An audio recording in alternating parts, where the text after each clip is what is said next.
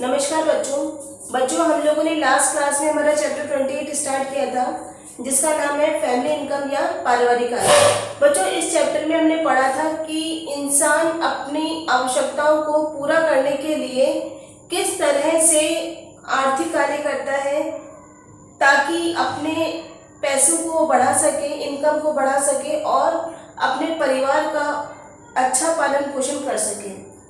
हमने इसमें पढ़ा था बच्चों की फैमिली इनकम होती कहाँ से, हमारे घर में पैसे कहाँ से आते हैं। उसमें फर्स्ट पॉइंट हमने पढ़ा था वेज या मजदूरी, और सेकंड उसमें पढ़ा था सैलरी या वेतन, थर्ड इंटरेस्ट, जब कभी हम लोग पैसा हमारे पास जब घर में हो जाता है इकट्ठा तो हम उसको बैंक में या पोस्ट ऑफिस में डाल देते हैं, तो हमारे पैसे के साथ साथ हमारा जो पर मंथ जो हम लोगों को इंटरेस्ट मिलता है उससे भी हमारे इनकम सोर्स बढ़ जाते हैं। उसके बाद हमने पढ़ा था प्रॉफिट, किसी बिजनेस में प्रॉफिट होता है जब, लाभ। इसी तरह से बच्चों हमने 13 पॉइंट्स इसके पढ़े थे लास्ट क्लास में।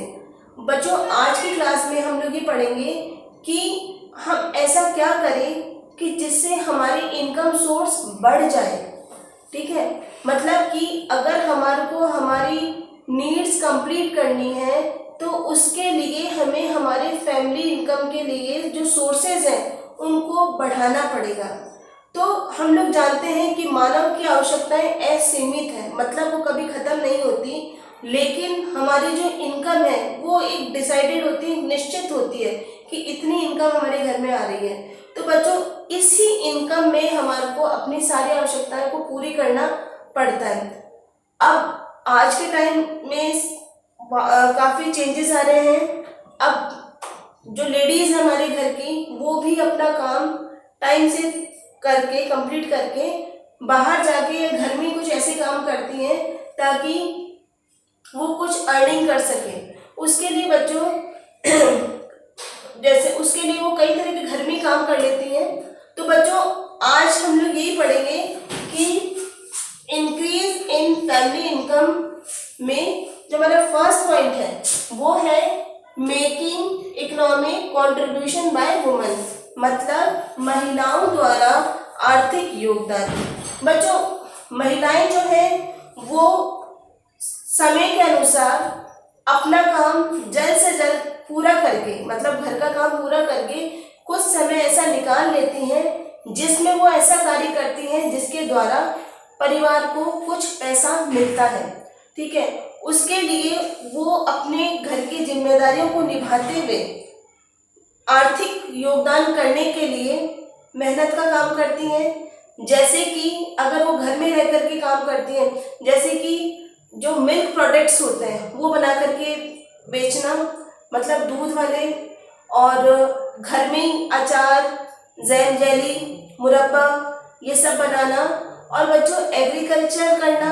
ठीक है, सेरिकल्चर, और जिसमें मतलब ये जो होता है रेशम का कीड़े को पालने का काम, वैसे एपीकल्चर होता है मतलब मुर्गी पालन, उसमें ये होता है कि काफ़ी सारी मुर्गियाँ रख ली जाती है। तो इस तरह के काफ़ी सारे काम हैं जो घर में रह के कर सकती है। बाहर जा कर के ट्यूशन पढ़ाना, ऑफिस में काम करना, और भी कई तरह की, जैसे आजकल हम लोग देखते हैं बुटीक वगैरह काफ़ी अच्छे से चलते हैं। और भी लेडीज़ को, मतलब बैंक में देख लीजिए, हर जगह देख लीजिए लेडीज़ हमारे को दिखती हैं। तो ये महिलाएं अपनी फैमिली में इनकम बढ़ाने के लिए काम करती हैं ताकि उनका स्टैंडर्ड जो है वो मेंटेन हो सके। और बच्चों, आजकल की जो आप लोगों की जो पढ़ाई है वो सब भी हम लोगों को इस लायक बना देती है कि हाँ, हम भी पुरुषों के साथ कंधे से कंधा मिलाकर हमारी फैमिली के लिए बहुत कुछ कर सकते हैं।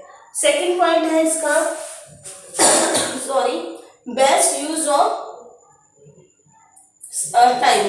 बच्चों, इसका मतलब है समय का उचित उपयोग करके। समय का उचित उपयोग का मतलब है कि जब हम समय से अपना काम पूरा कर लेंगे, ठीक है, अगर हम समय से अपना काम पूरा कर लेंगे तो हमारे बचे हुए अतिरिक्त समय में हम लोग उस समय को अच्छे से अच्छा यूज कर सकते हैं और अपने लिए, अपने परिवार के लिए कुछ ज़्यादा पैसे कमा सकते हैं। जैसे कि हम लोगों ने कई बार देखा है कि जैसे जेंट्स हैं, अगर वो 5 बजे घर आते हैं तो 5 बजे के बाद का समय, 5 से लेकर 8 बजे तक का जो समय, वो भी कहीं ना कहीं काम करते हैं या किसी तरह उसको यूज कर लेते हैं ताकि उस अतिरिक्त समय में भी वो पैसे कमा सके। उसी तरह से महिलाएं भी हैं, सभी लोग हमारे घर के, कि अपने सभी कार्यों को, जरूरी कार्यों को पूरा करने के बाद जो समय बच जाता है उसको सही जगह खर्च करते हैं ताकि इनकम सोर्सेस हमारे बढ़ सके। उसके बाद है बच्चों धन की मितव्ययता, मतलब कि थर्ड पॉइंट है हमारा इकोनॉमिक वैल्यू ऑफ मनी। इसका मीन्स ये होता है बच्चों कि हम जानते हैं कि बिना पैसे के आप कुछ भी खरीद नहीं सकते। पैसा जो है वो हमारे हर काम को, हर चीज को खरीदने के लिए आवश्यक होता है। तो यदि हम प्लानिंग के साथ, योजना के साथ हमारे मनी को कहीं पर भी खर्च करें तो उसको हम बचा सकते हैं, उसको वेस्ट नहीं होने देते।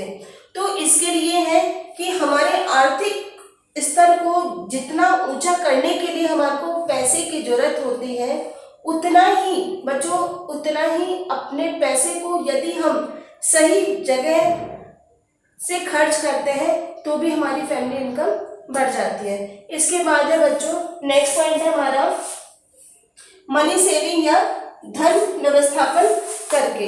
बच्चों इसका मतलब ये होता है कि हम जानते हैं कि धन जो है एक सीमित साधन है, ठीक है, और हमारा पूरा परिवार का जो खर्चा है, जो भी व्यवस्था होती है हमारे घर में, वो सारा का सारा मनी पर डिपेंड करता है, ठीक है। तो सीमित आय में अधिक से अधिक, ज्यादा से ज्यादा इच्छाओं को, आवश्यकताओं को पूरा करने के लिए हमें धन की मितव्ययता आवश्यक होती है। मतलब आपको जो जरूरी काम है उनको पहले करें, ठीक है, जिसमें खर्चा होना ही होना है। जैसे कि हमारी फीस, स्कूल फीस आपको देना है तो वो देना ही है, तो आपको मालूम है कि पहले भी देंगे बाद में भी देंगे, तो टाइम से देंगे तो ज़्यादा अच्छा है।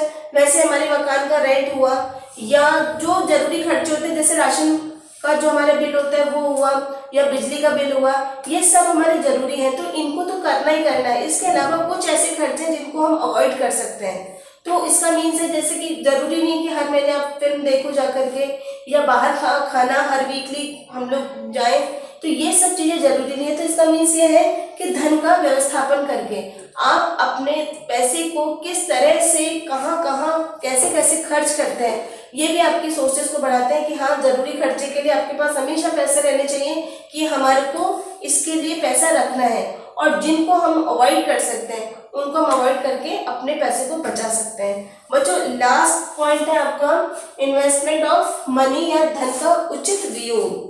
बच्चों उसका मतलब ये होता है कि आप विनियोजन कहाँ कहाँ करते हैं। मतलब विनियोग का मतलब होता है बच्चों कि हम हमारे पैसे को, जो हमारे पास घर में सेविंग बच जाती है, अगर उस पैसे को हम बैंक में या पोस्ट ऑफिस में कहीं पर लगाते हैं तो हमारा जो मेन पैसा है, जो मूलधन है, उसके साथ साथ हमारे ब्याज में, इंटरेस्ट में ऑटोमेटिकली वृद्धि होती जाती है, बढ़ता जाता है आपका पैसा।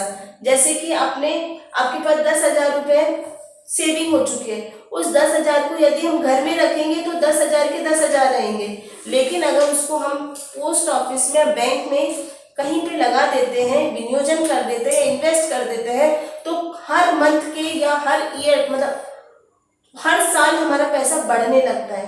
तो ये सारे पॉइंट्स हैं जिनकी सहायता से हम हमारे पैसे में, मतलब कि हमारे घर के अंदर जो पैसे आ रहे हैं, पारिवारिक आय में वृद्धि कर सकते हैं। बच्चों आज ये चैप्टर हमारा खत्म हो चुका है। इसके रिटर्न नोट्स में आपको अब देने लग जाऊंगी, तो बच्चों उसके साथ ही मैं आपको इसके नोट्स सेंड करूंगी। Thank you.